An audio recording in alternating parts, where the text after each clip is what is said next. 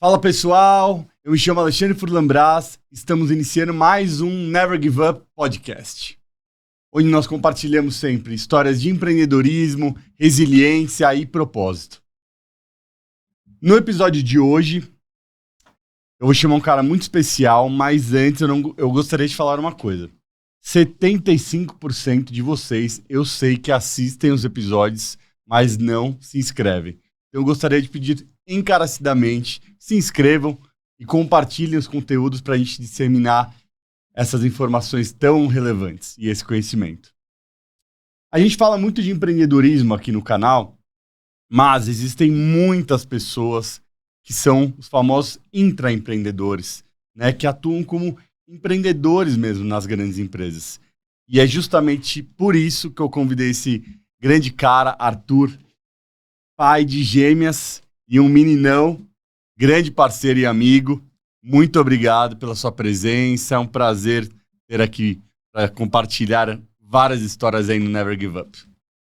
Ale, obrigado. O prazer é meu estar com você e, obviamente, eu não podia recusar um convite, né? Acho que não só, obviamente, pela audiência e por tudo que você vem demonstrando no próprio podcast, mas pela sua história, né? Você é um cara que todos os projetos que você toca são projetos que tem muito propósito por detrás. Então, é sempre um prazer estar com você. Valeu, Arthur. Muito obrigado. Cara, a sua história também é sensacional. Desde que eu montei aqui o Never Give Up, sempre falei, o Arthur precisa ir. A sua experiência, o como você fez, é incrível. Assim, vai ser uma aula, né, para quem está começando no mercado de trabalho, né, de entender como realmente crescer, né, numa grande empresa. Só para dar um contexto, gente, o Arthur, ele passou por empresas, né, como a Mercedes, GM, BASF, foi CFO da Rede Macro Brasil, né, e hoje é CTO no Patra Investimentos. Né? Então, Arthur, para começar, conta aí um pouco, cara, da sua trajetória, né, como foram o início da sua história, né, como você ali saindo do colégio, começou essa trajetória tão incrível. Claro, vamos contar assim, né? São muitos títulos, mas na verdade tem muita história por trás, que é a parte mais legal, né, Lê? Acho que uma coisa que é muito importante, né? Acho que até para começar aqui a falar, eu, enfim, fui criado numa família super estruturada, no sentido de pai e mãe presentes, né? Então isso eu considero um baita privilégio. E eu sempre tive meus pais como grandes referências, né? Então, minha mãe é funcionária pública, agora já falecida, mas trabalhou muitos anos no governo, então realmente trazendo muito essa questão de disciplina, de entrega, né, do funcionarismo público, que a gente conhece bem. Meu pai é contador, então com meu pai eu sempre aprendi muito a perseverar, né? E aí quando você fala do próprio nome do podcast, acho que uma das coisas que eu posso olhar para você, quando eu olho para trás, é eu nunca desisti, né? E quando eu digo isso, é sem peso nenhum, tá? Na verdade, olhando justamente uma história onde eu tive muita oportunidade. Então, quando você fala de escola, né? Voltar aí para os primórdios ali, né? Então, eu estava numa escola ali na Liberdade. Então, eu brinco que eu tive desde pequena a oportunidade de vivenciar uma cultura diferente dentro do próprio Brasil, né? Que quando eu olho dentro, eu tenho aqui de memória aqui, 90% pelo menos dos alunos da minha sala eram orientais, né? Alguns brasileiros, né, mas filhos de orientais, e outros, inclusive, que nasceram lá e vieram para cá muito pequenos, né? Então, só isso já é uma baita aula de cultura, né? Enfim, saí do colégio, muito determinado a fazer uma universidade. Eu era apaixonado por carros, então fui buscar o que eu tinha disponível aqui no Brasil na época. Fui fazer uma faculdade de engenharia automobilística, então uma curiosidade, não tem nada a ver com o que eu trabalho hoje. Você ainda é apaixonado por carros? Cara, eu gosto bastante. Confesso que, não vou dizer que menos do que antes, mas assim, tem outras prioridades, né? Mas quando muito novo, assim, eu era muito apaixonado por carro. Até um parênteses aqui, só uma curiosidade muito fora, mas minha mãe, ela contava, né, que o desejo que ela tinha quando ela estava grávida era sentir o cheiro do combustível no posto de gasolina. Não é o combustível em si, mas era aquela atmosfera do posto, sabe? Então ela contava isso e falava, não tinha como não nascer uma criança apaixonada por automobilismo, né? Mas você puxou disso de quem? Não, na verdade é uma coisa muito minha, tá? Assim, ninguém na família, nada disso, né? Mas desde pequeno eu sempre fui muito entusiasta, digamos assim, né? Então de assistir Fórmula 1, eu tenho memórias, claro. Eu tinha, acho que aproximadamente 8 anos quando o Ayrton Senna faleceu, mas assim, eu lembro de acompanhar a corrida. Então foi sempre algo que me chamou muita atenção, né?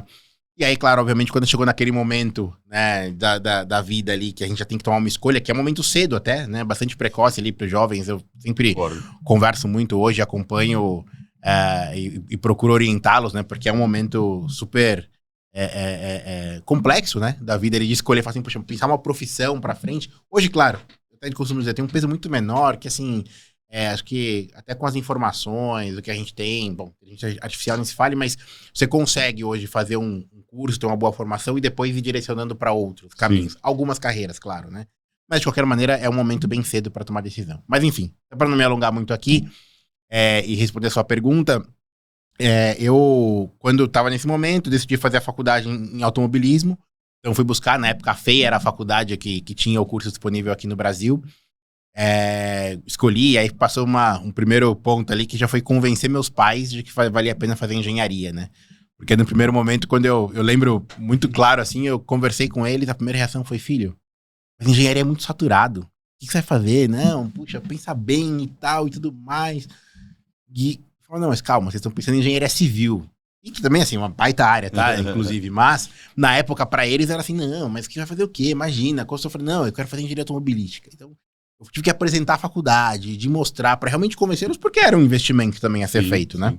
Enfim, passando isso, então fui começar a faculdade, aquela paixão por carro só foi aumentando. Tinha Fórmula já? Existiu Fórmula? Tinha a Fórmula e tinha o Baja, né? Então eu fui mais próximo do Baja, né? De ajuda ali, de como projeto do que do Fórmula, mas tinha o Fórmula que era muito legal. Mas ali, inclusive, eu já aprendi muito o quanto o relacionamento é importante dentro da faculdade, né? Porque é isso, tem os projetos e você precisa se relacionar, conectar com as pessoas para poder entrar e fazer as coisas ali acontecerem. Mas até um pouco por conta desses projetos, aí mais voltado pelo Baja, eu tava na época fazendo algumas atividades na própria faculdade ali, até para poder também ganhar meu próprio dinheiro, monitoria e tudo mais e tal. E aí, através do Baja, eu tive um contato com uma pessoa da Mercedes. E aí, essa pessoa, ela me convidou, então, para participar do programa de estágio. Participar normal, entrevista normal, mas assim, foi um convite ali que surgiu por conta disso, porque eu confesso que talvez eu nem visse que ele tinha aberto o programa. É muito diferente do que hoje em dia, né? Talvez quem escute agora fala, como você não sabia, né? Hoje a informação, ela tá ali para você full time, né? Mas as coisas, elas não eram tão, né? Enfim. E aí, fui pro programa da Mercedes, então, começar como estágio, depois o programa de trainee. E ali na Mercedes, Ale, o que eu tive já o primeiro insight em termos de carreira, né?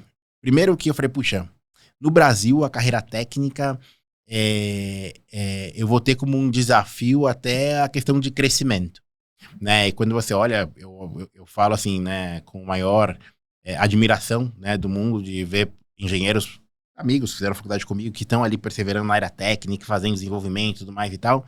Mas eu vejo o quão difícil é a questão de você conseguir crescer em termos de carreira. Então, naquele momento, eu falei, olha, eu gosto, mas eu já entendi que se for o caminho que eu for seguir, eu preciso ir para fora do Brasil. Então, isso foi um primeiro insight que eu tive ali na Mercedes. Enfim. E aquilo ficou na cabeça, continuei e tudo mais e tal. E o segundo ponto que foi muito importante, que para mim ali determinou bastante um ponto ali, né, de inflexão na carreira foi, eu percebi que estar numa empresa super estabelecida, com processos super bem definidos, isso também talvez alongaria muito o tempo para eu chegar onde eu tinha ambição na época de chegar, né? E aí, com base nisso, eu falei, bom, então calma que eu tenho que tomar algumas decisões. Então, fiz o programa lá da Mercedes, enfim, tudo mais, estava já acabando a faculdade, comecei a conversar, de novo, volta ao aspecto de conexões, negociação com as pessoas ali, enfim, tudo mais e tal. Deixei muito claro e transparente na época pro meu gestor, lembro dele com muito carinho, do Saraiva até hoje. Deixei muito claro para ele falou assim, Arthur, entendi o que você quer. Cara, tem 2 caminhos que eu vejo, né? Acho que você é um cara que, enfim, a gente gosta bastante de trabalhar, A gente tem uma divisão, que até um parênteses aqui, eu trabalhava na divisão de ônibus da Mercedes, né? Porque todo mundo pensa Mercedes, pensou Mercedes carro. No carro. Aqui no Brasil o desenvolvimento era comercial, né? Tá. Então era caminhões ou ônibus, e eu trabalhava na divisão de ônibus, que era realmente onde a gente fazia o desenvolvimento de ponta a ponta. Ele falou, olha, tem opções de vagas aqui na área de caminhões, para você já ser, né, acabando aqui esse... Porque o treininho da Mercedes, hoje, talvez seja muito diferente, Mas tudo integrado ou eram fábricas todas distintas? As fábricas, elas ficavam no mesmo parque, assim, né, ali em São Bernardo do Campo. Né? Então, e aí você dá uma fugidinha pra ir dar uma olhada nos carros? É que a engenharia... Não, é que assim, o que acontece é o seguinte, na fábrica aqui do Brasil, o que acontecia era o processo de tropicalização dos carros, né? Então, assim, você não tinha um desenvolvimento. Os carros chegavam prontos e eles ficavam na fábrica para o pessoal de testes fazer os testes necessários ali de rodagem, e aí ia para uma área de engenharia que ficava no mesmo prédio que a gente para fazer a tropicalização ali dos projetos, né? Então era bem menor, era bem mais reduzido. Eu acho que o primeiro foi o Classe A, né? Que foi, assim, mais nacional, não? Puxa, aqui agora você me pegou, assim, o Classe A chegou a ter produção nacional, e o que eu lembro da época que eu tava na Mercedes, a gente chegou a montar no formato de CKD, um carro que era... Ela não é a classe C, ela é, se não me engano, acho que era CLC. Bom, agora eu não vou lembrar o nome do carro, mas era uma classe C Coupé. E aí ela foi montada numa fábrica que a gente tinha em Minas como CKD. Então vinha todos os produtos de fora e era montado aqui no Brasil. Só que aí, por várias razões na época, decisões até de economia do país, tinha uma certa regra que era um percentual de fornecedores nacionais que você tinha que trazer. E aí a Mercedes rapidamente entendeu que não seria possível e ela descontinuou o projeto. Né? Então ela parou de montar esse veículo em CKD. Aí deu uma pausa no momento, depois, alguns anos pra frente, voltou a montar um outro veículo. Então foram algumas fases. Mas a classe A, eu lembro sim de ter tido uma produção nacional, mas eu não me envolvi nesse projeto de fato. Mas desculpa, eu te interrompi. Aí você falou que você estava ali no final da faculdade, já que tinha acabado o estágio. Exato. E aí ele falou dessas vagas em caminhões e falou, cara, mas tem um fornecedor nosso chamado Neumeier Tech4, né, que hoje, inclusive, o grupo chama Amitec Tech4, né, porque foi vendido, mas na época era Neumeier ainda. Ele falou, olha, são fornecedores nossos aqui, e o pessoal falou que eles estão montando um centro de desenvolvimento tecnológico aqui no Brasil. Eu falei, bom, quero entender o que é isso daqui. E aí eu fui lá realmente conversar com os caras, tudo. E na época eu fui super bem recebido e tal, eles contaram muito do projeto, e a história era a seguinte.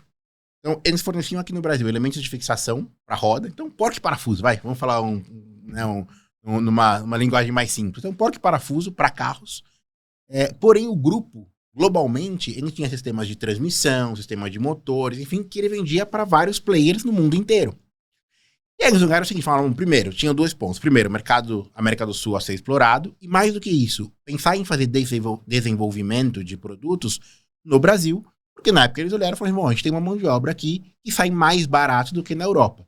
Tem muita empresa usou recursos de Índia ou China, mas eles estrategicamente falaram, não, vamos colocar um centro de competência de desenvolvimento tecnológico no Brasil, e estavam montando pra cá. Eu falei, não, então é o que eu preciso. Tanto que a proposta que eu recebi pra lá era assim, imagina, recém-formado, eu ia ser o engenheiro de transmissão da companhia no Brasil. Então assim, você fala, bom, você é o cara que mais vai conhecer daquele sistema. Eu falei, é isso que eu quero. Eu lembro que eu cheguei, no segundo momento lá que eu brinquei da faculdade, cheguei em casa ainda, né, obviamente, né, na tutela ali dos meus pais, em termos de até pelas finanças em si, né, da dependência financeira. E comentei e falei, olha, aqui eu tenho uma grande oportunidade de dar um salto de carreira. Mas eu lembro pra falar, filho, você tá ficando louco. Cara, você trabalha na Mercedes. Na Mercedes. Você vai pra empresa que... Como é que é o nome dessa empresa mesmo? Eu falei, não, você não esquece. Geração dos nossos pais ainda, né? Tipo, tradicional. Não, e zero culpa, assim, porque, assim, realmente, ter ouvido e falar, cara, não fazia sentido pra quem tava de fora. Até amigos meus falaram, cara, você tá ficando louco. Você vai largar a Mercedes e tal. Eu falava, gente, assim, é claro que era uma baita empresa. A Mercedes foi uma baita escola. Eu sou grato até hoje. Aliás, assim, sou grato a todas as empresas que eu passei, as pessoas que eu tive convivência. Mas a Mercedes, claro, ali como uma primeira, digamos assim, foi, assim, uma baita escola mesmo. Só que o racional que eu fiz na época era o seguinte, falava, puxa, eu sou novo, quero crescer, e eu tenho uma oportunidade aqui de pegar uma empresa que também quer crescer, para crescer junto.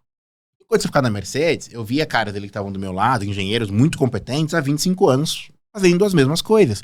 E que, de novo, sem fazer juízo de valor, porque talvez pra eles fizesse sentido, mas não era o que eu buscava. Eu falei, puxa, pra mim faz sentido, eu vou pra esse desafio. E fui. A contragosto de muitos ali à minha volta, mas eu fui.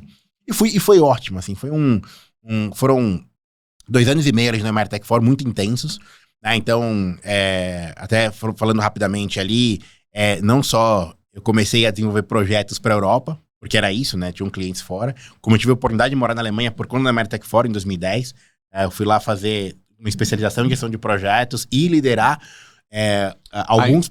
Então você não foi da Alemanha desde o início. Depois que você foi. Isso, eu comecei, eu fiz a assinatura com eles aqui, e aí isso foi ali, bom, agora eu não vou lembrar o ano certinho mesmo, mas assim, foi o final, acho que foi final de 2008, alguma coisa assim. E aí logo depois surgiu uma oportunidade de um projeto, aí eu fui para a Alemanha pela Neymar Tech For. Lá Detalhe, você tinha quantos anos? Eu tinha... Estamos falando de 2008. Você tinha uns 20 e poucos. Tinha 22 para 23 anos. Já tava indo pra Alemanha. É isso. E, claro, com um desafio, né? Porque a gente já tinha as meninas já, então era aquele começo de carreira que não dava pra mudar a família toda. Eu não era casado ainda. E aí, dentro desse cenário, eu fui pra Alemanha, porque eu falei, cara, é a oportunidade de carreira que eu vou ter, né? Então, como é que a gente vai fazer aqui? Vai, volta, fica indo, voltando, não importa, mas a gente vai dar um jeito e vou lá desenvolver. E eu tive a oportunidade na Alemanha, não só de ser especializado em gestão de projetos, como eu desenvolvi o primeiro sistema de transmissão do grupo BMW, que era para, na época, um Mini Cooper elétrico que eles estavam no projeto. Esse carro saiu depois de muitos anos. Caralho. Né? Mas na época, assim, era uma época que na referência quem tinha, acho que, transmissão para veículos elétricos, que eu vou falar sem medo aqui de cometer nenhum tipo de erro, mas era, se não me engano, acho que era só... Não era Tesla na época, era um outro carro. Puxa, eu fui falar agora de não ter medo de errar e eu esqueci o nome do carro que era, mas enfim. Mas tinha um sistema só, um carro, porque os outros era assim, era tudo com motor direto elétrico, então ele fazia lá com o que era como se fosse algo constante, ele não tinha, então, uma caixa acoplada, enfim, com um sistema mais próximo do que a gente conhece hoje, né? E aí eu desenvolvi esse sistema lá atrás, e lembrando a época de engenharia, né? Caramba, só você pra me fazer rememorar essas coisas, mas enfim. Você teve filho cedo. Sim. E como foi essa questão do filho? Já teve outras pessoas que perguntei que você teve filha cedo, sei que por um lado é preocupante, mas de alguma maneira te impulsionou? Olha... Te deu sorte? Como foi? Você sabe que, acho que tem um aspecto aqui, e aí eu vou até ser muito assertivo com até os termos, né? Mais do que ter, mas assim, eu acho que é quando você assume a responsabilidade por um outro ser, né? E acho que isso que a paternidade ou maternidade, elas trazem como possibilidade, porque não são todos que, de fato, vão abraçar isso dessa forma, né?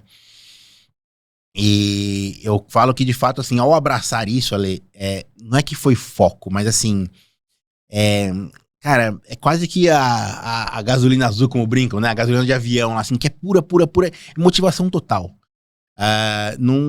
Eu vou falar pra você que eu não lembro de em nenhum momento ter olhado durante esse período pro lado e falar assim, será que? Não tem será que, vamos fazer acontecer, vamos fazer o negócio dar certo. Então, com certeza. Eu olho minhas filhas hoje crescidas, formadas, e falo, puxa, a maior motivação de longe, né? Com certeza foram elas, porque é aquilo de você construir algo por alguém, né? E eu carrego isso comigo até hoje, inclusive, né? Acho que eu, como propósito de vida, de construir algo para o outro, né? Então, o que eu quero? Eu quero construir um mundo melhor. Para quem? Para todo mundo. Né? Fazer alguma coisa por alguém. Então, isso eu acho que pra mim E no caso, na época, não foi uma, foram duas. Gêmeos. Como foi a hora que você viu ali? Não, acho que aqui, assim, de novo, né? Volta pro aspecto a dose de motivação, né? A motivação, só vou falar pra você que é uma motivação extra, né? Então você via, por exemplo, eu tava ali na Alemanha e aí muitas vezes eu, né, ligava pra Dani e tudo, minha esposa, né, hoje, e falava, como é que estão as coisas? Como é que tá isso de escola? E como é que tá? E aí você tá lá vivendo o fuso daqui. Então, assim, claro que traz uma dose de desafio. Tanto que eu falo isso muito pros jovens, né? Eu acho que saibam viver as etapas sem pressa na sua vida, né? Mas o mais importante é que se, por alguma razão, não vou falar queimar ou não queimar etapas, que talvez cada um tenha o seu tempo certo para as coisas, mas acontecer alguma coisa fora do planejado, né? Que acredite que você é capaz de fazer as coisas acontecerem, não desista, né? Acho que, bom, o nome do seu podcast é sensacional porque a gente sempre volta pra ele, né? Mas acho que é isso, é nunca desistir, você olhar aquilo como uma oportunidade. Porque assim, de verdade, Arthur, não é uma coisa muito óbvia, porque assim, eu lembro que na época da escola, mesmo da faculdade, eu lembro assim que a maioria das pessoas que tiveram filho cedo, de alguma maneira atrapalhou assim na carreira. E eu vejo que com fatos, não te atrapalhou em nada, né? Você foi pra cima total, né? Não, é isso. Mas é que eu acho que é muito o fato como a gente encara as coisas que acontecem na nossa vida, né? Se você for olhar, até avançando um pouco em termos de carreira, porque assim, eu vi isso acontecer em alguns momentos, né? Quando eu volto da Alemanha, da Neymar Tech 4, eu tava num momento de verdade que, assim, claro, puxa, uma baita proposta da General Motors pra, né, fazer parte do time lá, inclusive bastante alinhado com a Neymar, porque tinha um relacionamento cliente e fornecedor, né, das duas companhias e tal. Mas eu lembro que, assim, puxa, tudo casou perfeito, casou, mas um pouquinho antes desse convite chegar, eu tava chegando um momento que eu falava assim, nossa, eu tô ficando estafado, porque a Neymar Tech 4 era no interior. Eu morava em São Paulo, era todo dia Bandeirantes, e de volta, e de volta, e de volta, e de volta, e de volta. Assim, chegar momentos na estrada e você falar assim, olha, eu não lembro de ter passado por um determinado lugar, eu não lembro de ter passado pelo pedágio, mas você passou. E aí, hoje as pessoas dão vários nomes pra esse, né, pra esse tipo de cansaço, enfim, mas assim, mas na época eu olhava e falava assim, cara, eu tô extremamente cansado, mas e aí, o que eu vou fazer? E aí, eu falava assim, bom, talvez alguns, e aí aqui de novo, sem fazer juízo de valor, falassem, puxa, eu vou parar e vou largar tudo, e eu falava, não, eu preciso me movimentar. Então aquilo era um combustível. E aí, puxa, eu tive sorte, com certeza, que nesse pensamento surge uma baita proposta, um convite para integrar o time da General Motors. Aí vou pra General Motors, como que é? Vou lá, né, no começo ali, eu entrei, e até essa é uma curiosidade aqui, falando né, dentro da cozinha aqui, né, num bate-papo super aberto. A minha proposta pra General Motors, na verdade, eu seria um engenheiro de desenvolvimento, tá? Como que eu virei, como é que eu passei a gerenciar programas na General Motors? Foi porque nos primeiros 2 meses de casa, eu ali naquele compromisso de aprender, de entender processos da companhia, de realmente me dedicar. Teve um dia, eu tava indo embora mais tarde, né, porque, bom, era 1 hora ali de trabalho, não tinha nada de remoto, nada, era tudo físico ali. Tava no escritório, eu fui sair, tinha na época um executivo ali que não era nem da minha área, né? Ele era dentro da estrutura, a gente eram de áreas irmãs ali, digamos assim, mas ele não era o meu reporte, né? E aí eu perguntei pra ele, cheguei e falei, Átila, tá tudo bem aí? Vi que você tá meio, né? Na hora que eu fui dar tchau pra ele, eu percebi que ele não tava muito legal. Eu vou perguntar, né? Voluntariar, tal, tá tudo bem e tal. E aí ele olhou pra mim assim, com uma transparência total e falou assim, não tá bem. Puta merda. Eu falei, cara, por quê, né? Veio a prova, o que aconteceu? Posso ajudar alguma coisa e tal? E ele falou, não, cara, tem um projeto XPTO e tal, que a gente tá entregando, tem que passar por Estados Unidos, né? Porque a GM trabalhava com competências em centros no mundo, né? Então, por exemplo, o Brasil, ele fazia desenvolvimento de projetos para mercados emergentes, majoritariamente, né? Mas era uma época que a gente estava fazendo um projeto que era a S10 aqui no Brasil, nos Estados Unidos era Colorado. Então, o Midsize Truck, que a gente chama, normalmente era desenvolvido pelos Estados Unidos, mas aquele projeto foi dado para o Brasil. E estava chegando o momento de fazer a passagem de bastão da Colorado para os Estados Unidos. Então era uma coisa assim, mostrar que nós sabíamos fazer para os caras que são experts em fazer sim. Né, caminhões de médio porte.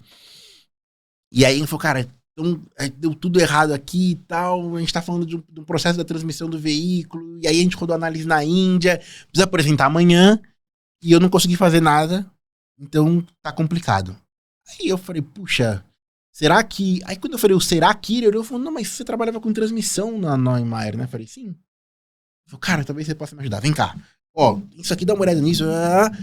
Amanhã, se puder chegar mais cedo, fala com a Índia, porque aí tal. E aí me passa o material e na hora do call, lá que vai ter, né? E tudo mais da formalidade, o rito que a gente chama de gate, né? Que é uma reunião executiva ali e tal. Eles vão entrar, você já vai ter me passado, tranquilo. Falei, beleza, tranquilo. Cheguei no outro dia mais cedo, falei com a Índia, né, comecei a... Falou com a Índia o quê? Você disse? Falar com alguém da Índia? Falar com o pessoal da Índia, exato. Porque o grande ponto era tirar algumas dúvidas das análises que foram feitas e pedir algumas análises complementares até o horário da reunião. Arthur, um parênteses aqui. Eu já vi você trabalhando com Excel. É uma coisa assustadora. Parece um ET trabalhando com Excel. E detalhe, o Arthur só trabalha em inglês com Excel. Eu falei, meu Deus do céu, cara. Tipo um programador. Quando você aprendeu a falar inglês? Cara, bom, eu fiz escola quando eu era pequeno. Mas eu aprendi mesmo, acho que, assim, quando eu comecei a trabalhar. Porque a Mercedes era full, né? Assim, tudo que a gente tinha de contato com a Alemanha era todos os procedimentos em inglês. Então ali, assim, foi na raça. Na raça. Mas eu tinha feito, eu tinha uma base, cursinho e tudo mais e tal. Eu tinha feito quando pequeno. Mas, de fato, aprender mesmo, ganhar fluência foi no mercado de trabalho mesmo. Legal. E aí você foi apresentar lá? Então, e conversando com a Índia e tal. E aí chegou na hora da apresentação, mandei pra ele, tinha lá eu não lembro o nome do programa, mas como se fosse um Messenger da vida ali interno, ali corporativo, que seria o nosso Teams hoje, vai? Sim. Mandei ali e falei, ó, ela tá aqui, tá o material, tá... E aí ele falou, bicho, eu não consigo ler agora. Você consegue descer aqui? Aí você me fala ali e tal. Desci, fui pra sala de reunião, aquela reunião, e a GM é muito formal, né? Então, uma mesa grande, com os executivos ali, algumas cadeiras na parede, que não era a turma de primeiro escalão que fica sentada e tal. Cheguei, sentei, comecei a falar com ele ali, a reunião começou. Enfim, rapidamente apontaram. O cara era a nível mais alto. Ele era um executivo já. Ele já era um executivo. E aí aquela reunião começando e tal, eu falei, puta, não vai dar. A gente vai, né? Vai causar aqui na reunião. Cara, pode pedir um favor? Você apresenta o material, você viu, você apresenta. Fica tranquilo que eu não vou deixar você na mão. Se acontecer alguma coisa, eu entro na frente. Eu falei, tá bom, vambora. Fui e apresentei. Aquela reunião tudo em inglês, entrei lá, ninguém me conhecia na época, imagina. Você apresentou em inglês. Sim. Só detalhe, você pegou o negócio na noite anterior. Exato. E fui pra apresentar lá, 2, 3 meses de empresa, tal, aquela cara de pau toda, apresentei com a maior, eu falei, puxa, isso aqui eu conheço. Enfim, aquilo gerou, dentro da companhia, quem que é esse cara, e aí, em menos de 3 meses, eu comecei a fazer gerenciamento de projetos. Então, assim, você vê, aí Oportunidades. Oportunidades, exato. Enfim, fiquei lá muitos anos. A minha saída da GM, inclusive, ela também foi por uma oportunidade. Eu lembro que eu tava já há alguns anos fazendo gerenciamento de programas e eu falava, bom, quero crescer. Já tinha feito meu primeiro MBA em finanças. Né? Falei, bom, eu queria me tornar um executivo, então eu falava, vamos passar pela parte financeira, super importante. E aí, ao fazer o meu o processo ali de PDI, enfim, apareceu um ciclo de desempenho lá que era feito na época. Eu coloquei e falei, olha, eu quero entender o que eu preciso para fazer o meu próximo passo. E na época eu recebi uma resposta de hoje uma pessoa que também é um grande amigo, mas na época eu falo, cara, eu fiquei até bravo com ele. Ele falou uma coisa que assim, eu nem sei se ele acreditava, tá? Mas ele falou assim, puxa, olha, eu entendo, acho que você vai muito bem, mas nesse momento, a gente tava pensando assim, passando ali por quase uma crise, né? Já porque, bom, a indústria automobilística é uma curva senoidal o tempo todo, né? Mas se não me engano, essa foi a de 2015 ou 2016, enfim. O país estava, né, politicamente, economicamente muito estável, tudo mais e tal. E aí, o ponto que ele me trouxe foi, olha, cara, não vamos nem falar em crescimento. Nesse momento, assim, temos que dar graças a Deus que a gente tá em trabalho. Aquilo mexeu comigo, eu falei, não. Cara, se as grandes empresas, eu sempre olho investidores, crescem nos momentos de crise, eu como profissional também vou crescer, tipo, esquece isso. E aquilo me acendeu, comecei então a olhar mais o que me cercava, enfim, tudo mais, e aí surgiu a oportunidade de ir pra BASF. E aí na BASF não foi diferente, fui pra lá, você vê como tem muita história por trás dos nomes, né, mas até pra ser mais breve na BASF, assim, puxa, cheguei na BASF, lá, gerente de projeto, sabendo como é que ia fazer questão de toda o desenvolvimento era uma área de negócios que ela atendia também a indústria automobilística, né?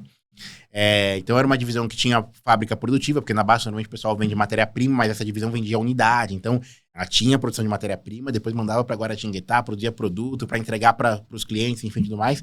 Então era uma cadeia bastante complexa, precisava de alguém para fazer esse gerenciamento. Entrei para fazer isso.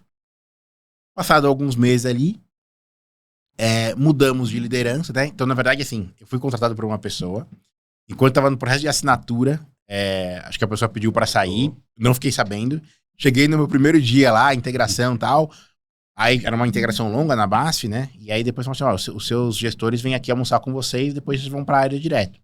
Eu já entrei, já tinha um nível ali já um pouquinho mais alto na companhia, então o meu reporte já era uma diretora executiva na época. Eu cheguei pra almoçar, tal, ali, todo mundo, não veio ninguém, tranquilo, almocei e tal, passei no RH, falei, escuta, puxa, desculpa, esqueceu de comentar com você e tal, porque veio uma pessoa buscar você, mas a pessoa tá em férias, porque a fulana de tal que contratou você, tal, que era diretora na época, mas tal, ela pediu pra sair. Eu falei, puxa, ela não tá mais aqui, tá, beleza. Ela falou, não, mas fica tranquilo, tal, que depois vai chegar um chefe novo e tal, mas hoje não vai ter ninguém. A gente vai levar você pra área e você vai falar não, e aí você vai falar com o Global. O cara que era o head global lá, falou, olha, ele vai querer falar com você, bater um papo com você. Tá, liguei pro cara, tal, primeiro dia, falei lá com o alemão, tal, não sei o quê, tá.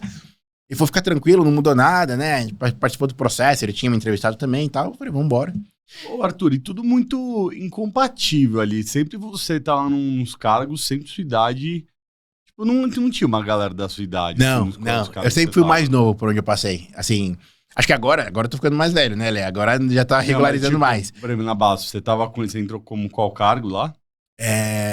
Lá eu já era um... É que na base, eles chamavam como que fosse um consultor de negócios, né? Mas era um nível gerencial, né? Tanto que eu saí como gerente de programas para ir para lá como um passo de carreira. 26. Por aí. Eu não tinha 30 anos ainda. Mas acho que a maturidade, e aí de novo, volta a questão, né, da própria estrutura familiar também, de ter seu exemplo como pai e tal, isso também traz uma maturidade também que transparece, né? O seu terceiro filho já tinha nascido? Não, ainda não. E foi um pouquinho mais pra frente. Foi no meu período de base, mas já foi um pouquinho depois, né? Quanto tempo na base? Cara, na BASF eu fiquei... Foram 2 anos. 2 anos e alguma coisinha na BASF. E aí, assim, eu lembro de a BASF com muito carinho. Por quê? Porque no final, eu entrei pra fazer um ponto. Com a mudança que a gente teve depois de liderança, a gente começou a redefinir prioridades e eu ganhei meu primeiro turnaround, né? Então, meu primeiro projeto de transformação, de fato, que eu liderei foi na BASF. Então, um projeto com perguntas abertas, né? Que depois a gente vai falar um pouquinho no Pátria também, mas assim, são questões de... ninguém mais tá falando assim, puxa, como é que você desenvolve um produto XPTO para vender tanto? Ela não é tão fechada, ela já é muito mais open mind, né? Então, você chega num ponto e fala, olha, eu tenho um negócio aqui, no caso lá, eu precisava entregar um resultado X, né? Que é o que a matriz gostaria de ver como retorno, né? Isso não quer dizer lucro ou prejuízo, mas é o retorno esperado pela matriz. E o negócio não entrega esse retorno. Então, o que a gente faz pra fazer? E aí você olha, mar aberto. Desde custo, olhar a matriz de despesas, ver a oportunidade de mercado, ver, né, olhar pro top line, como é que você consegue aumentar faturamento. E aí que você começou a entender da parte financeira. Exato. Eu já tinha uma formação, né? Já tinha meu primeiro MBA em finanças. Mas isso foi um primeiro projeto que eu liderei de ponta a ponta, que é isso, assim, você fazer transformação no Brasil, é você falar de P&L o tempo todo, né? O P&L o tempo todo. O que é P&L? O P&L é o demonstrativo de resultado, né? Então, é o demonstrativo de resultado financeiro. Então, ali onde você vai olhar, tem lá seu faturamento, porque às vezes as pessoas falam assim, puxa, mas a empresa vai bem, ela tem um faturamento de 1 bilhão. Eu tenho uma outra que tem um faturamento de 500 milhões. Mas você fala assim, olha, isso é só o faturamento, mas depois você vai ter despesas, quanto né? Sobra quanto sobra no final? Então, no P&L você consegue ver isso, né? Você consegue ter a primeira ideia do quanto que sobra no final das contas ali, o quanto que a empresa gera de caixa ou não gera de caixa. Né? E aí, Arthur, só pra... a gente tá chegando do meio pro final e eu queria saber como foi essa passagem, que aí você acaba entrando mais no financeiro na macro, né? Sim. Eu saio da BASF, passo por Benteler, aí da Benteler eu recebo um convite para ir pro macro, para fazer a transformação do macro no Brasil. Então o macro era controlado pela empresa chamada SHV, uma empresa familiar, inclusive, mas um dos maiores conglomerados da Holanda. E aí a missão era o seguinte, né? Em 2019 ali vamos transformar o macro. Era uma empresa que não dava lucro, isso era aberto, né? Precisamos fazer dar lucro, mas não era fazer dar lucro para, digamos assim, para continuar como controlador. Era fazer dar lucro para poder melhorar o valor da companhia e poder fazer a venda depois pro mercado. Então fui para lá primeiro como transformação, então assumo como Chief Transformation Officer primeiro. Eu lidero todo esse processo de transformação, mudança de modelo de negócios, trazer o formato de atacarejo de fato, né, pro macro. Ele acabou não entrando num primeiro momento, numa primeira onda, ele estava ainda como atacadista puro em 2019. A gente faz essa transformação, deixa o negócio ali em 2021 redondo, operação, já fizemos algumas operações de M&A fora do estado de São Paulo. Em São Paulo, deixamos uma operação com lucro operacional. E aí, falou, bom, agora é a saída da parte mais importante, né? Porque fora o que a gente tinha de M&As para fazer era muito baseado em real estate, né, em propriedades. E aqui em São Paulo, não. Aqui era o grande peso, era fundo de comércio, então negociação para mercado para fazer a venda. Mas lá, duas perguntas. Lá você já entrou num cargo financeiro? Não, primeiro eu entrei como transformação e aí depois eu fui convidado para assumir como CFO. Que aí justamente a trajetória vem. Primeiro. Com 30 anos. Com 30 anos. Com 30 anos. Você 30 e pouquinhos anos, exato. Puta merda, que legal. E aí, já tinha nascido filho aí? Já, não, aí já tava, já. O Vitor já tinha já uma certa idade já. Como foi a reação quando veio o terceiro? Já tava Cara, assim, foi muito bom, porque assim, como eu falo, né, acho que tudo que aconteceu na vida eu olho com carinho, mas o que eu tiro de diferença, por exemplo, do primeiro processo, é que esse processo foi um processo que tanto eu quanto o Dani a gente pôde curtir demais, né? Então, desde o momento de fazer enxoval e pensar e planejar o que é, o que não é. Então foi muito gostoso também. Muito diferente, mas muito gostoso também, né? E o que seu pai falava pra você, seu pai e sua mãe, vendo aquele seu crescimento absurdo ali? O que eles te falavam? É que aí que tá. Eu acho que a gente, quando você tá ali no dia a dia, a gente não mensura isso. Porque não é assim, a gente não vê como um crescimento absurdo. A gente vê como um caminhar normal de vida, né? Tanto que se você perguntar pra mim hoje, acho que assim, claro, bom, hoje eu tô dentro de um dos maiores fundos de private equity do Brasil. Tem uma responsabilidade, né, relevante no sentido de transformação, né, de conduzir processos de transformação. Mas quando você olha e fala assim, puxa, eu vejo que tem espaço para eu continuar crescendo. E quando fala crescer, não é necessariamente crescer financeiramente, não é necessariamente crescer com cargo, não. É crescer no sentido de que a gente constrói para deixar até como legado. Porque acho que isso que no final é o mais importante, né? Quando você olha, às vezes as pessoas focam uma carreira como se fosse, puxa, aqui eu tenho minha carreira, aqui eu tenho a vida pessoal. Não, a gente é um só, né? E aí eu falo assim, o que eu quero deixar? O que eu quero deixar pros meus filhos? O que eu quero deixar pros amigos dos meus filhos? O que eu quero deixar pra humanidade como legado?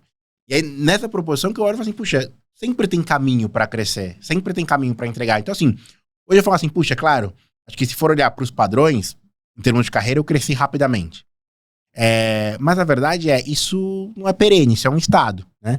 Então, hoje eu olho e falo assim, eu quero continuar crescendo. E quero continuar crescendo em construir mais para poder deixar mais coisas, né? Como legado, digamos assim. Resgatando um pouco, né? Que é muito legal, né? Então, assim, você entra numa parte, né? Você faz engenharia, entra numa parte super técnica, e aí você vai desenvolvendo e vai, né, pegando mais a área gerencial, financeira e tudo mais.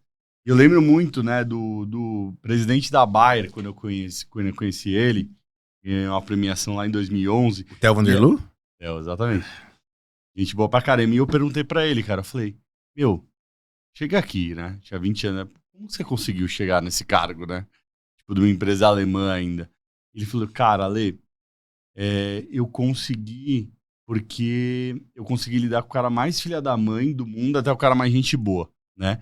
Então, muito assim no sentido que não foi uma questão técnica, foi uma questão de relacionamento, de gestão de pessoas, né, de lidar. Queria que você trouxesse um pouco disso, Arthur, porque você começou numa área técnica, né, e assim, qual é essa relação, né, de tipo, porque tem muita gente que quer se estabelecer numa área muito, muito especializada e não sei se é isso que vai dar o crescimento, né? Não, olha, eu vou dizer pra você que não vou falar que não, né? Acho que eu não tô aqui pra cravar nada, mas eu também não acredito que é o caminho. O caminho realmente é muito mais essa parte do relacional. Porque, e aí, só antes de mais nada, primeiro eu queria mandar um abraço pro Theo, porque o Theo é um dos caras que eu cruzei o caminho e tem um baita carinho, um dos meus mentores de carreira, né? O Theo Vanderloo. Então, primeiro eu vou mandar um super abraço pra ele. Hein? Sim. Cara, eu sempre conto história. Ele me inspirava muito ali, né? Eu fui receber a premiação lá, puta. Sim, muito legal. Sim. Ele é um cara do bem, assim, ele é um bom exemplo de executivo, com certeza. Com certeza o Theo é um dos grandes exemplos que a gente tem, né, no mundo corporativo. Mas voltando, eu acredito que assim, chega num certo momento de carreira, vamos falar um pouco de nível, vamos, né, delinear um pouco mais. Se a discussão for a parte técnica, já tá errado, porque assim, é premissa básica que o técnico você tem, né? Eu sento hoje pra uma conversa assim, puxa, que o meu tracking record ali já diz por si só. Os projetos de transformação que eu liderei, como CFO, pô, imagina, eu fui CFO de uma companhia onde a gente trabalhou uma boa parte, né, de uma maneira operacional. Depois tivemos que trabalhar um segundo momento só com o M&A. E assim, como é que você mantém as pessoas motivadas? Como é que você mantém as pessoas engajadas? Então assim, você falar de técnica, de habilidade de liderança, tá aí. Então, a história já fala por si só. Né? E aqui falando com toda a humildade, mas o grande ponto não é o grande foco. O foco é a capacidade que nós temos de nos relacionar com as pessoas. Então você pega hoje, por exemplo, o Pátria. O Pátria, como eu falei, um dos maiores fundos de investimento do Brasil, ele tem por característica comprar empresas no mercado resiliente e se associar com essas companhias para consolidar, né, nesses mercados resilientes, né? Então, se você olhar, por exemplo, quando você faz uma associação, você vai pegar, por exemplo, dentro da tese hoje que eu contribuo, que é uma tese de varejo, você tem acionistas em diferentes lugares, ou seja, fora de grandes metrópoles. O cara construiu um verdadeiro patrimônio, assim, realmente de ser admirável. E aí você fala assim, cara, mas ele tem um aspecto de cultura ali na região que ele mora, por ser regional, que ele é diferente do outro que mora na outra região. Se você não tivesse a capacidade de sentar na mesa e conversar com os dois, o que você vai ajudar? Como é que você conduz transformação se você não consegue conectar com as pessoas? Então, essa parte que o Theo trouxe pra você, de fato, pra mim, assim, essa parte relacional não vou falar que é o mais, mas é uma das mais importantes. Porque tudo passa por pessoas. Tudo passa por pessoas. Tá? E aí, a pessoa que consegue falar com, de repente, o CEO de uma empresa e consegue falar com talvez o cargo mais baixo daquela empresa, ela traz dentro dela aquilo que todo mundo deveria trazer, que é o respeito, ser humano. Né? Porque no final das contas são isso, a gente tem que olhar para as pessoas e falar assim, olha, eu não tô olhando para cargo, eu tô olhando para um ser humano. Eu trato com respeito, com conexão e beleza. Só que isso não é tão simples como às vezes a gente acha que é. Tanto que quem consegue manifestar isso acaba se destacando dentro do mercado. Assim, Arthur, por toda a sua trajetória e não precisa ser humilde, porque eu te conheci ali, né, trabalhando, quando eu te conheci, né, pela indicação da Su, encantado, assim, e de longe não era pela técnica, né, é pelo alto astral, pela energia, como você conseguia engajar o time, falar, né, então... não há dúvidas que esse eu acho que foi o grande diferencial, né, pelo seu crescimento rápido, porque se você olha na média, o crescimento de uma carreira é muito dispare, né, onde você chegou, né? Sim, não, exato. Hoje eu não tenho nem 40 anos, e já tô há um tempo já, né, nessa jornada executiva já, então, de fato, assim, olho com orgulho em dizer o seguinte, né, acho que mais do que o que eu conquistei pra mim, mas é dizer o seguinte, acho que hoje, e aí isso é uma das coisas que eu buscava também como sucesso, né? Hoje eu posso olhar para trás e dizer sem medo nenhum para as pessoas, falar assim, ó, é possível para todo mundo. Então, é possível para todo mundo. Assim, é claro que a gente tem as adversidades, é claro que cada um tem, é claro, e tem alguns também que nem vão ter tantas adversidades, e tá tudo bem também, não é mérito ou demérito, não é isso, mas o fato é possível para todo mundo. Se você acreditar e fizer algo por aquilo, você vai chegar. É possível. Então isso eu olho e falo assim, pra mim isso é um motivo de orgulho, é o único. Eu falo assim, mas chegou como... até porque assim, hoje eu estou como CTO, amanhã pode ser que eu não esteja, porque inclusive assim, o que me move, até a questão, como se fala assim, puxa, tem uma questão de propósito, em qualquer momento eu falo assim, puxa, dentro do propósito que eu tenho, se em algum momento eu entender que o caminho é outro, e de repente eu vou me aventurar no empreendedorismo, ou não tem problema, porque não é o cargo que me move, mas é o fato de poder olhar e falar assim, ó, é possível. Exato. E aí isso eu já posso me dar como exemplo e falar assim, ó, tá vendo? Você tem lá diversidade, tá vendo na hora de começar, uma responsabilidade, não tem problema, mas é possível. E eu tô lendo já há um tempo o livro do João Branco, né, De Propósito, e ele fala muito isso, né, que as pessoas normalmente se apresentam com cargo, né? Fala, cara, você não é o CFO, você está, mas você é o Arthur, né? Pai de 3 filhos, né? Você é esse cara, não é? E as pessoas gostam, né, de se apresentar sempre pelo cargo, né? E tá tudo bem, mas assim, né? É uma coisa assim. Não, eu acho, Lê, porque assim, isso reflete um pouco, diz muito sobre a pessoa na questão de quanto ela é insegura, talvez, de mostrar aquilo que ela é de verdade, né? Eu falo, claro, imagina aqui, e aí, obviamente que toda vez também que a gente, como qualquer profissional, não só executivo, né? Mas você representa uma companhia e tal, é claro que você tem pontos ali do que você vai trazer, de colocar e tal. Mas eu costumo falar muitas vezes em mentoria para os jovens que assim, né? Às vezes perguntam assim, conta um pouco a tua história. Aí eu brinco e falo assim, mas como você quer que eu conte como?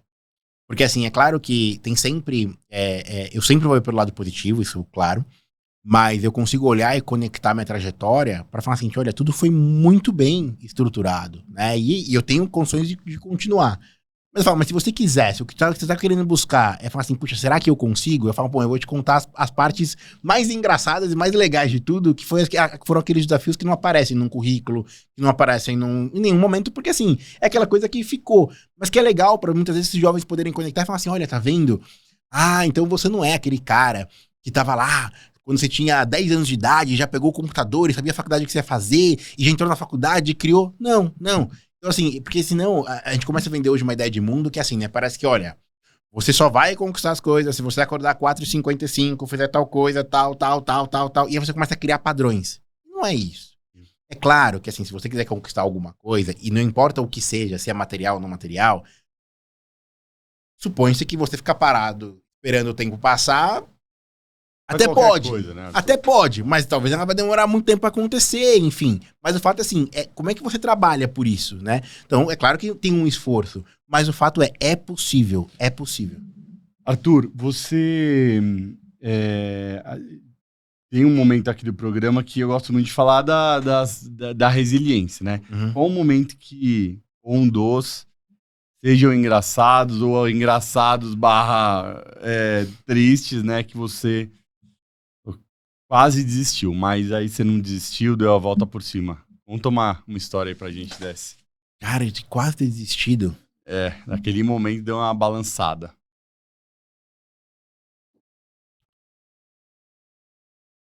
Olha, eu vou falar sobre o desinvestimento do macro, né? E eu, assim, de novo, passou longe de desistir, mas foi o momento mais difícil, digamos assim, né? Porque eu lembro que o projeto era muito claro e muito estratégico, inclusive, da saída da controladora, fazer a venda, né? Mas como foi uma venda pulverizada em termos de M&A, a gente não sabia que não tinha uma garantia, pelo menos não só ali, de continuidade para as pessoas, né? E a empresa sempre foi uma empresa que sempre valorizou muitas pessoas. Isso era um valor ali, né, muito forte. E eu também, né, isso estava muito alinhado, inclusive. E aí, assim, eu lembro do dia que todo mundo ficava, né, naquela especulação de mercado. Não, porque eu quero saber, vai vender, não vai vender. E a gente, não, gente, segue normal, foca, até porque são informações sensíveis ainda. Mas eu lembro no dia que a gente falou assim, bom, agora assinamos, né, o que precisava assinar de documentação para divulgar a mercado, porque como foram quase 8 dias de M&A, teve um específico que marcou o momento que, assim, naquele a gente não ia mais segurar. E aquele já era anunciado que dali pra frente ia vender toda a operação. Claro, tinha plano com as pessoas, como é que ia fazer, quem não fosse continuar, que tipo de incentivo que a gente ia dar, quem que a gente ia conseguir indicar, enfim, isso estava muito bem estruturado. Claro que não é perfeito, mas estava bem estruturado. Mas o dia que a gente chegou pra comunicar as pessoas, que todo mundo falava que queria saber, né? Aquela coisa assim, às vezes a pessoa pergunta assim, você queria saber o dia que você vai morrer? Às vezes a pessoa fala, quero, né? Cuidado com o que você deseja, porque as pessoas falam assim, eu quero saber se vai vender ou não vai vender. A gente chegou, reuniu, e aí cada diretor reunia a sua área. Eu, como CFO, eu tinha a maior área da companhia. Tipo, quantas pessoas? Cara, eu cheguei a ter, essa época eu não vou lembrar exatamente quanto, mas assim, eu cheguei a ter 180, porque a gente tinha pessoas nas lojas também, né, de fazendo a parte financeira, porque a gente tinha uma joint venture com a Bradescar, enfim, tudo mais, então era uma equipe muito grande. Direta, né? Equipe direta, né? Você vai ter isso, você vai ter um relacionamento da companhia como um todo, né? Tinham quantos funcionários, tipo... Olha, o Macro a gente chegou a ter 7 mil funcionários no Brasil, né? Depois a gente reduziu, acho que nessa época, fase final, a gente tá falando mais ou menos uns 3 mil, 2 mil e poucos funcionários, mais ou menos, né? Mas aí me coube a responsabilidade na área financeira de trazer a notícia, de comentar com todos, mais tal. Eu lembro que aquilo ali foi muito difícil. Porque você via na expressão das pessoas, aquela, cara, o mundo acabou. E eu lembro que, assim, muita gente falou, né? Tinha um script lá pra gente seguir, então vamos falar os fatos que vão acontecer e tudo mais e tal. Mas eu cheguei uma hora que eu falei, gente, vamos lá, né? Calma aqui, pausa. Eu falei vamos começar a lembrar de algumas coisas antes da gente continuar falando do que vai acontecer daqui pra frente. Primeiro é lembrar quem que é cada um. Cada um é muito maior do que a empresa, né? E tudo mais e tal. Até pra galera dar um up. Mas aquilo foi difícil. Eu lembro que eu cheguei daquele dia em casa esgotado. E assim, você olhava e falava assim, mas gente, vai dar certo, a gente vai... E hoje eu falo assim, puxa, eu tenho pessoas, inclusive, que estavam naquela época, que estão comigo hoje em algumas teses do Patreon. E outras tantas em outras empresas. Eram profissionais muito bons, né? Então hoje acho que se tiver, sei lá, 10%, 15% que não se recolocou, eu vou achar que é um absurdo já, tá? Então a gente tinha isso muito claro de usar nossas redes para poder colocar as pessoas e tal. Mas o fato não era isso. A gente acreditava no plano, mas era sentir o quanto as pessoas estavam sentindo. E o peso da responsabilidade, falar assim, puxa, olha o que a gente vai ter que fazer, ou como é que a gente vai manter essas pessoas aqui agora. E não era engajamento só pelo resultado, não, pelo contrário, mas para que elas estivessem bem também, sabe? Então aquilo foi muito difícil. Mas deu muito certo, né? Que aí mais uma vez provou que assim, olha, o que você quer como objetivo? Puxa, eu quero que as pessoas fiquem bem, enfim, tudo mais e tal. Então vamos fazer por isso. A fórmula foi única, Ale? Não. Assim, era o ponto gente, a porta tá aberta. A hora que vocês quiserem, venham falar sobre o tema que vocês quiserem. O que aflige vocês, vem falar. Eu cheguei a ter dia, tinha uma agenda completa que eu tive que falar assim, olha, eu vou cancelar 2, 3 reuniões importantes, porque eu via que a equipe precisava. Sabe? E assim, era um diretor e gerente que vinham às vezes conversar e falavam, cara, se eu não ajudar esse cara, como é que ele ajuda a equipe dele? E Arthur, cara, que você podia contar de histórias curiosas que as pessoas olham, nossa, cara, o cara é CFO, puta cargo, deve ganhar um puta salário. E não tem ideia, né, do que passa, né? Porque quanto maior o cargo, maior a responsa. Você pode contar uma curiosidade pro cara entender pra ele repensar se ele quer chegar mesmo. Cara, eu vou falar pra você que assim... Não, no sentido assim, vale a pena, né? Eu acho que vale a pena. Se você, pra quem quiser, vale sempre a pena você crescer em termos de carreira, né? Então não tenho medo, né? Mas de fato, a responsabilidade ela aumenta, né? Aquela ideia de que talvez para as pessoas que falam assim, puxa, eu quero acordar cedo hoje, ir pro trabalho, deu 5, 6 horas, volto pra casa e não penso mais em nada, talvez ela vai ser um pouco diferente, né? Porque acontece, aqui eu não tô romantizando um trabalho exagerado, o seu workaholic, nada disso. Acho que o balanço é super importante, as pessoas têm que entender que, de novo, né? A gente não pode viver para trabalhar, pelo menos eu não acredito nisso, né? Eu acho que assim, a questão do equilíbrio é muito importante. Mas tem horas que essa responsabilidade, assim, ela traz pontos. Vou dar um exemplo simples aqui, tá? Qualquer momento. Pensa que você tem um varejo. Não importa o número de lojas que você tenha, mas você tem uma loja lá vou pegar a época do macro, né? Mas também seria verdade agora. Mas tem uma loja lá em Manaus. Cara, em Manaus. Mas aconteceu alguma coisa. Uma empilhadeira bateu num negócio que caiu dentro da loja. Aquela responsabilidade, ela é sua. Ela é sua. Porque em algum momento, como você discutiu se tinha que fazer, faz, não faz, como empilha, como não empilha, teve um processo, foi aprovado. Toda a responsabilidade, e aqui eu não tô falando só uma questão, obviamente, como valores, porque e a gente tem, eu me sinto responsável por tudo que me cerca, mas eu falo, inclusive, em termos legais, você é responsável. Então, só isso você fala assim, puxa, isso aqui é algo que você não tira da carreira do executivo. Mas você pode ver que os maiores executivos, a gente não se preocupa com isso. Porque, de novo, não importa o que aconteça, se você fizer as coisas de acordo com aquilo que você acredita, e dando o seu melhor, você vai ter a certeza e a clareza que tudo no final vai dar certo. Inclusive algumas adversidades que podem acontecer, porque tem coisas que a gente não define. Ainda, você tá aqui sentado, em São Paulo aqui e tal, o seu negócio na outra ponta do Brasil, de repente você não tomou uma decisão direta, mas você também é responsável por aquilo. Isso é uma coisa que você tem que ter uma certa resiliência também, porque se você não souber conviver com isso, esquece. Esquece, né? Você vai vir atordoado. Exato. E, Arthur, você tinha uma pergunta assim, quando você, pequeno, até depois, você tinha uma ideia assim de tipo, quero trabalhar até, sei lá, 40 anos e não trabalhar mais, quero ter minha carreira para sempre. Qual que era a tua visão, assim, disso? Não, cara, não, porque assim, bom, não consigo lembrar, talvez seja pequeno, porque pequeno a gente pensa muita coisa, né? Eu pensei em ser médico, pensei em ser advogado, pensei em um monte de coisa quando eu era pequeno. Mas, com o ganho de consciência, eu digo que, como o trabalho pra mim não é fim, ele é meio, eu não tenho nenhum tipo de objetivo travado nesse sentido, né? Como eu falei, acho que no começo, né? O que eu quero fazer a minha parte pra construir um mundo melhor, né? Então, aquilo que eu tiver que fazer, por isso eu vou fazer. Se isso significar trabalhar até o meu último dia, eu vou trabalhar até meu último dia aqui. Se significar trabalhar só até os 40, não importa. O que tiver que fazer, daquilo que eu reconhecer, claro, porque aí é uma questão também do meu reconhecimento, e não é certo ou errado, mas daquilo que eu reconheço que vai me aproximar daquilo que eu quero entregar como um todo, é o que eu vou fazer. Então eu não tenho essas travas de falar assim, puxa, até tá, eu não tenho esse tipo de plano. Eu quero deixar um legado, eu quero construir um mundo melhor. Cara, assim, sua história, Arthur, é fantástica por milhares de coisas, né? Mas eu gosto muito dessa questão. Quando a gente pensa em empreendedorismo, primeiro as pessoas pensam muito em dono, né? Do negócio. Uhum. E quando a gente pensa em propósito, às vezes conecta muito com a parte, digamos, a mais emocional da coisa. Só consegue trabalhar com propósito as pessoas que trabalham em ONGs, né? Fazendo causas sociais. Eu acho que tua história mostra a união disso tudo, né? Como você ser intraempreendedor, porque eu já vi você em ação, você pega o negócio para você mesmo, tipo, independente se eu sou registrar um dono no negócio CNPJ, aqui no momento eu sou o dono. Uhum. E outra coisa, que como você consegue trabalhar com propósito num negócio, cara, gestão de negócios, né, financeiro, né, acho que é legal, né, pra gente até finalizar nossa história, você trazer um pouco disso. Sim. Não, isso tá super certo, Ale, assim, acho que o propósito vem antes, né, pelo menos pra mim, não é depois, né, então aquilo que a gente tem dentro ali, como nos princípios, valores, e aí, daí que a gente vai atuar em diferentes áreas, né. Então, dito isso, quem acha que ESG ou é o único caminho de você demonstrar propósito, esquece, não é sobre isso.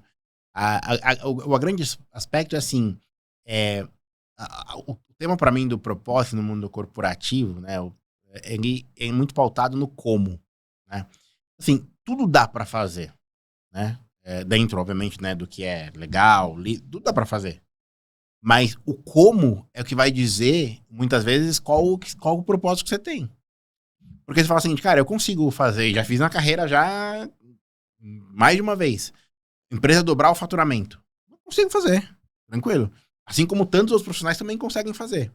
Agora, eu falo assim, o meu como, eu não vou abrir mão, não vou fazer isso a qualquer custo, não vou desrespeitar ninguém para fazer, não vou impactar negativamente o meio ambiente. Não, porque tá fora daquilo que eu acredito ser o melhor. Então, para mim, é tão simples quanto você pautar suas decisões naquilo que você tem dentro de você como valores ali, né? Então, não tem nada relacionado. Pelo contrário. E até você, eu sei que você está num projeto novo agora, mas você pega muito essa questão. Vamos pegar, por exemplo, a parte tributária hoje, né? As empresas que acham que você olhar, por exemplo, para emissões, gestão de resíduo, e que isso, você só está fazendo bem. Não, claro que você está fazendo algo positivo, mas isso também é negócio. É negócio, porque hoje você tem, quando você olha, as empresas, para falarem de ESG, a primeira coisa que tem que ser empresas que dão lucro. Você não consegue falar, se você der lucro, aí você vai falar de ESG, um ESG saudável, porque você vai ter programa de incentivo, você vai ter diversos outros pontos que vão alimentar e fomentar para que você continue fazendo ações, impactar tanto o ambiente quanto a sociedade e aumentar o padrão de governança que as empresas têm. E isso é um ponto super relevante também de ESG. Todo mundo pensa muito no environment, no social, esquece da parte de governança, exatamente, né? Então, assim, a questão de hoje não cabe, não tem mais espaço pra gente ficar discutindo só o que. A gente tem que discutir o como. E a gente discutir o como, o propósito vai estar aí. Show de bola. Cara, que aula. Obrigado, Arthur. Obrigado de verdade por ter comparecido. Tua agenda eu sei que é super concorrida. Mais uma vez, obrigado não só por ter vindo, mas pela amizade, pela parceria. Né? Eu lembro que no auge dos estresses, né, do dia a dia, eu brincava com a Monique e eu falava, caralho, eu gosto de trabalhar com o Arthur. O Arthur é uma das poucas pessoas que não me irritam. Foi só. Qualquer habilidade. Ai, meu Deus. Obrigado, viu, Arthur? Eu que agradeço pela confiança, pelo convite, né? E dizer que, cara, tô super à disposição. Acho que a vida é isso, a gente tem que trocar, né? Então, seja aqui, seja LinkedIn, seja tele. O importante é a gente se conectar com as pessoas. Eu tô sempre super à disposição, ainda mais de um cara como você que eu super admiro e tenho o maior carinho. Valeu, mister. Bom, gente, estamos finalizando aqui mais um Never Give Up Podcast. Não esqueçam de se inscrever, de compartilhar conteúdo. E até a próxima. Falou!